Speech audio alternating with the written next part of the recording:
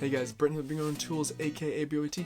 Thank you for joining me, and today we are going to be re-roofing my parents' roof. Yeah, it's in pretty bad condition. Let's get started. Safety checks such as gloves, knee pads, and eye protection. Visqueen plastic wrap, coiled roofing nails, plastic roofing cement with gun, staple gun with staples, measuring tape, a hammer, some type of razor blade, some type of roofing paper or roofing felt, air compressor with hose and roofing nailer, roofing shingles. And as you can see, if you would neglect your roof for over 30 years, this is what it could look like. Yeah, there's more moss than shingles here. Now, removing shingles is not the cleanest job, which is why I'm putting a layer of Visqueen on the driveway and then driving my car onto it, because that's where I'm going to be throwing all of the leftover shingles. I first start removing the shingles from the bottom up. I find it's easier this way just because you get a better angle at getting underneath the shingle itself.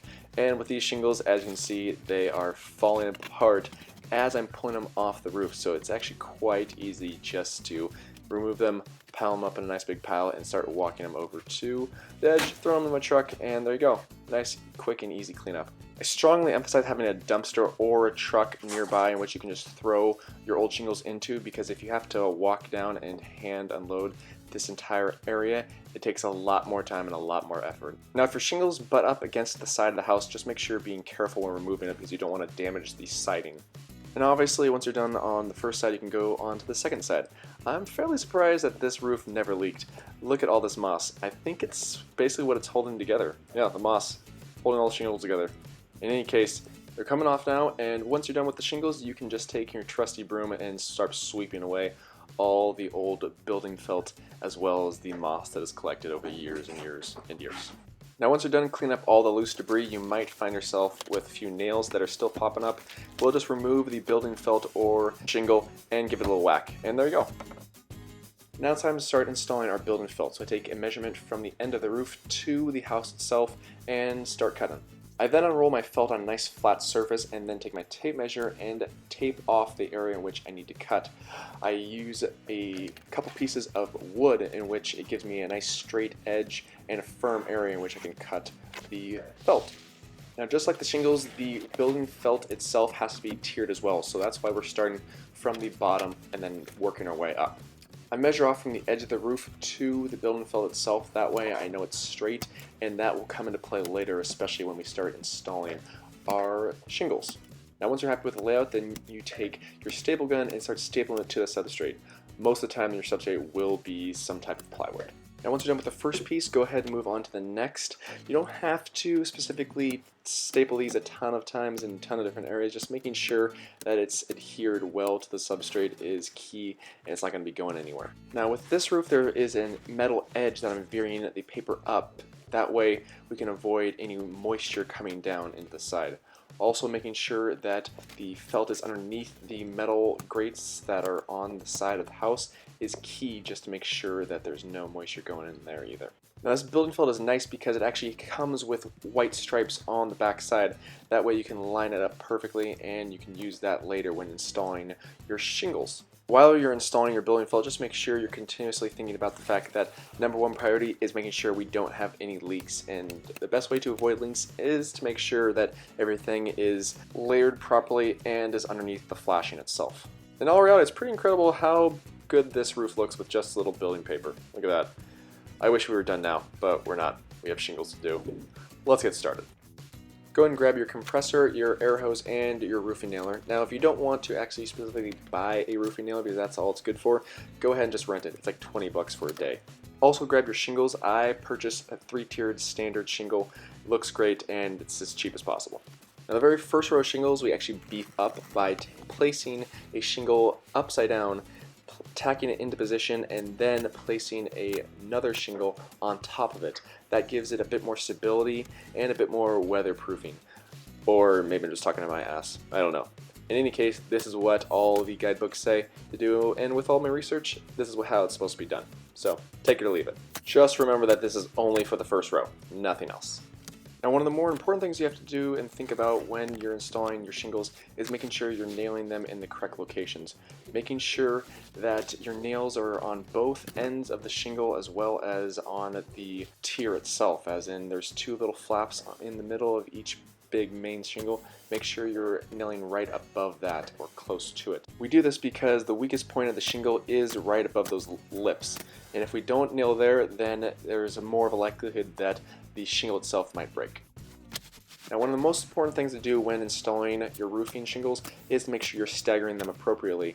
Because they are 3-tiered shingles, we're going to be cutting off a 6 of each single every single time we lay one down. That way it staggers it into more of a pyramid. And in the end, if you are doing your staggering correctly, it should look something like this. Yeah, look at that. Just like a pyramid. Perfect. Starting the stagger is not easy, but installing nice full pieces is. So this next part is quite enticing and entertaining. Not really, but at least it goes by nice and quickly compared to what we were just doing. Now you also have to be cutting when you're going up against the house, and I just take a little mark on the tile itself, cut it, and then place it in position and tack it into place, making sure that the tile itself is actually underneath the metal trim, because if it's not, it won't be weatherproof, because of the fact that these metal trim pieces are there so the water that hits the house is running down the roof. And also, just like the building felt itself, we will be ramping the shingles up the side to make sure that it's underneath the flashing that's on the edge of the roof. That way we know for sure that there's not going to be any water intrusion when it starts raining. As a personal side note, just try and make sure you're obviously looking at the forecast and you know that it's not going to be raining, but also if you can, try and avoid an extremely hot, scorching day like today. It was completely scorching and I was definitely dehydrated at the end of the day, so just watch out for that. And of course, with all these nails, you have to make sure you actually reload the nail gun eventually every few times, so making sure that you reload it appropriately is key. And in all reality, it's pretty easy, especially if you do it a few times. Now with this project, it was a nice small roof area. I'm talking about 190 square feet, and in all reality, that's the only reason why I was able to finish this all in one day on my own. So just keep that in mind. Also make sure you're ordering a waste factor when you have this material. Think about 5 to 10% waste. Also, I know the last thing people want to think about when it's super hot out and you're working on a roof is eye protection, but making sure you have some type of eye protection when you're nailing is key to avoid any mishaps. And man, oh man, it does feel good when you get to the top, because it's like you're climbing at the top of a mountain. Oh yeah, look at that last few nails at the very top. But what do we do here? Well, what we do is we take one of our sheets of shingles and place a couple extra pieces there just for extra added protection, especially at that weak point. Tack it in place, and then we take our full shingle, cut it into 3 pieces, and then put those pieces right on top of each other one by one. That way it hides the nail holes as well as it gives the roof a nice finished clean look. And then on the very last piece, to avoid any nail holes showing, I take my plastic roofing cement and actually squirt that into the spot and then adhere the last tile to it. Long, hard, labor-intensive day, you have one beautiful, sexy beast of a nice new roof. And a beautiful sunset. Look at that. Yay, Pacific Northwest. And also, if you'd like to see it during the daytime, look at that. Ah, so much better. And there you have it, episode number 16 of BYOT done, good to go.